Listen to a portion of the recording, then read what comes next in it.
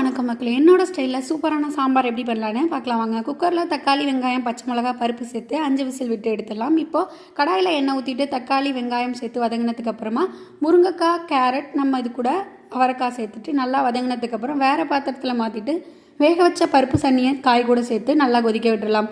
இந்தளவு கொதிச்சதுக்கப்புறமா ஒரு 1/4 டீஸ்பூன் அளவுக்கு நம்ம மஞ்சள்தூள் சேர்த்துக்கலாம். 2 டீஸ்பூன் அளவுக்கு நம்ம இது கூட சாம்பார் பவுடர் சேர்த்துக்கலாம். நல்லா கொதிச்சு பச்சை வாடை போனதுக்கப்புறமா வேக வச்சு வச்சுருக்க பருப்பை மசிச்சு இது கூட சேர்த்துக்கலாம். பருப்பு சேர்த்ததுக்கப்புறமா உங்களுக்கு சாம்பார் எந்த அளவுக்கு வேணுமோ அந்தளவுக்கு தண்ணி சேர்த்துக்கோங்க. நல்லா கொதிக்கணும். கொதிச்சதுக்கப்புறம் தேவையான அளவு உப்பு சேர்த்துக்கோங்க.